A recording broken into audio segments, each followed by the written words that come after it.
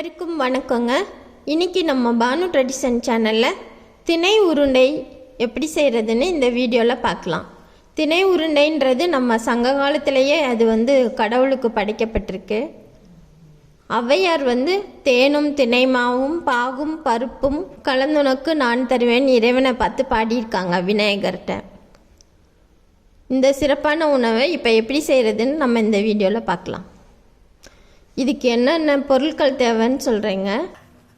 திணை 300 கிராம், பாசிப்பருப்பு 100 கிராம், வெல்லம் 200 கிராம், நெய் 4 ஸ்பூனு, தேன் 4 ஸ்பூனு, சுவைக்காண்டி ஏலக்காய் 8 நம்பர், லேசாக 2 பிஞ்சு உப்பு.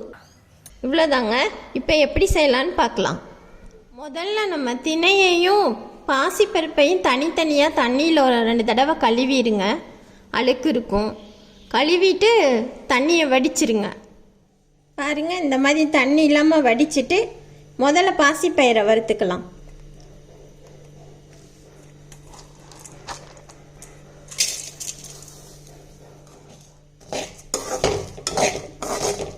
நல்லா வாசனை வர வரைக்கும் வறுக்கணுங்க. இப்போ நம்ம இதை கொஞ்சமாக செய்கிறதுனால நம்ம மிக்சியிலே பவுடர் பண்ணிக்கலாம். சப்போஸ் நம்ம உங்கள் வீட்டில் குழந்தைங்க 2-3 பேர் இருந்தாங்கன்னா, வீட்டில் பெரியவங்களுக்கும் நிறையா கூட்டம் இருந்துச்சுன்னா நீங்கள் 1 கிலோ திணைக்கு 1/4 கிலோ பாசிப்பயிர் போட்டு நல்லா கழுவிட்டு வெயிலில் காய வச்சுருங்க. காய வச்சுட்டு நல்லா காஞ்சோன்னா வறுத்துட்டு மிஷினில் கொடுத்து அரைச்சிக்கோங்க. இப்போ இந்த மாவாக்கி வச்சுக்கிட்டோம்னா அரைக்கையிலையும் அதில் ஏலக்காவையும் சேர்த்துருங்க. அரைச்சி வச்சுக்கிட்டோம்னா நம்ம எப்போ வேணாலும் இதை செஞ்சுக்கலாம். இந்த பாசிப்பயிர் நல்லா உதிரியாக வந்தோடனே கொஞ்சம் ட்ரை ஆனோடனே ஏலக்காயும் அதோட சேர்த்துடலாம்.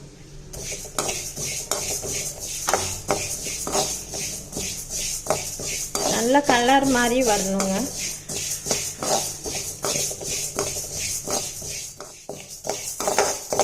பாருங்க, பாசிப்பயிறு நல்லா நிற மாதிரி வருது. கமகமன் வாசனையாகவும் இருக்கு.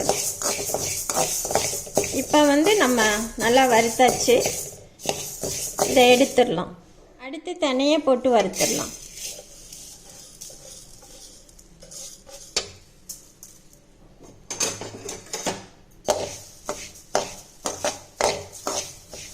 இதுவும் நல்லா வாசனை வரணும். மீடியம் ஃப்ளேம்லேயே வச்சுக்கோங்க. திணை நல்லா உதிரியாக வந்துடுச்சுங்க. இன்னும் கொஞ்சம் நேரம் வறுக்கணும். இந்த திணையில் அதிக அளவில் ஆன்டி ஆக்சிடென்ட்ஸ் இருக்குங்க. அதோட ஃபைபரும் அதிக அளவில் இருக்குது. நம்ம சிறுதானியத்திலே முதன்மையான உணவுன்னா அது திணை தான். திணைக்கு அடுத்து தான் நம்ம கம்பு கேழ்வரகுன்னு சொல்கிறோம். இதில் அந்தளவுக்கு சத்துக்கள் அதிக அளவில் இருக்குது. திணை நல்லா வறுபட்டுருச்சுங்க. நல்ல வாசனையாக இருக்குது. இப்போ நம்ம அடுப்பை ஆஃப் பண்ணிடலாம். இந்த வடைச்சட்டிலேயே நல்லா ஆறட்டும். ஆறினோன்னா நம்ம பவுட்ரு பண்ணிடலாம்.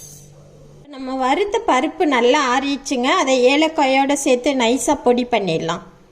பாசிப்பருப்பையும் ஏலக்காவையும் பொடி பண்ணி எடுத்துக்கிட்டோங்க. அடுத்து தினையை பொடி பண்ணலாம். பாருங்க, தினை நைஸாக பொடி ஆயிடுச்சு. இப்போ 2 மாவையும் ஒன்றா கலந்துடலாம். அடுத்து வெல்லத்தை பாகு காய்ச்ச போகிறோம். இந்த வெல்லத்தை ஒரு பாத்திரத்தில் சேர்த்துடலாம். கொஞ்சமாக தண்ணி, ஒரு 2-3 ஸ்பூன் போதும். போதுங்க. ஊற்றிட்டு வெல்லம் கரையிட்டோம். இந்த வெல்லம் கெமிக்கல் சேர்க்காத வெல்லம், அதனால தான் இந்த கலரில் இருக்குது. இந்த வெல்லம் தண்ணியில் நல்லா கரைஞ்சிருச்சுங்க. இப்போ வடிகட்டிடலாம்.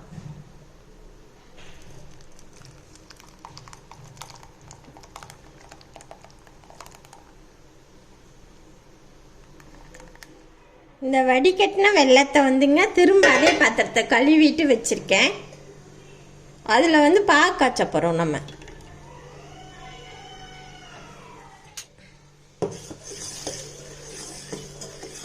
வெல்லம் நல்லா கொதிக்குதுங்க. இது கம்பி பதம்னா ஒரு கம்பி பதம் தான், ரொம்ப விட வேண்டாம்.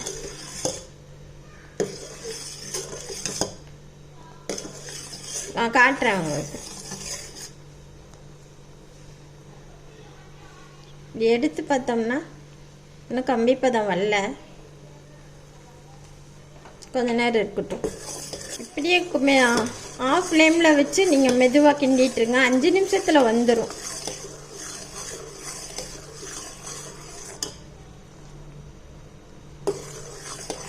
இப்போ பாருங்கள், நல்லா ரெடி ஆயிடுச்சு. இப்போ ஒரு கம்பி பதம் வந்துச்சு பாருங்கள். இப்போ அடுப்பு ஆஃப் பண்ணிடலாம். இப்போ பொடிச்ச மாவை நல்லா கலந்து விட்டுக்கோங்க.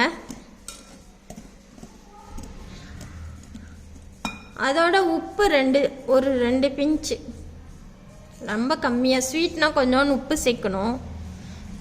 லேஸ் அப்படி சேர்த்துக்கோங்க. அதோட சேர்த்து கலந்துட்டு நெய்யை ஊற்றிடலாம்.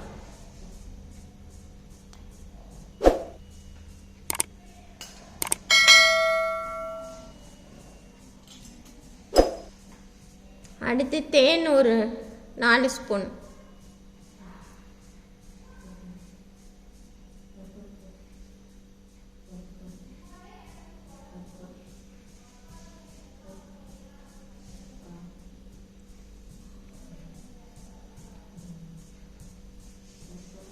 அதையும் நல்லா சேர்த்து கலக்கிக்கோங்க.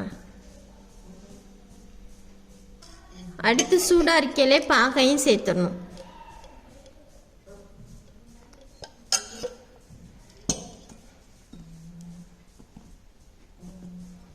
லேசாக சூடாக இருக்கையில இப்போ உருண்டையை பிடிச்சிடணும். மாவு கொஞ்சம் சூடு இருக்கையிலேயே நீங்கள் இந்த மாதிரி பிசைஞ்சிருங்க. சப்பாத்தி பதத்துக்கு பிசைஞ்சிட்டு உடனே உருண்டை உருட்டிடணும். நீங்கள் மிக்சியில் மாவு பொடிக்கையில் நைஸாக இருக்கணுங்க. ரொம்ப பவுட்ரு மாதிரி இருக்கணும். அப்போ தான் உருண்டை நல்லா வரும். இந்த மாதிரி எல்லா மாவையும் உருண்டைகளாக பிடிச்சி வச்சுக்கோங்க. இது 1 வாரத்துக்கு கூட ரொம்ப நல்லாயிருக்கும். திணை உருண்டை தயாராகிடுச்சுங்க. நீங்களும் வீட்டில் ட்ரை பண்ணி பாருங்கள். நன்றி, வணக்கம்.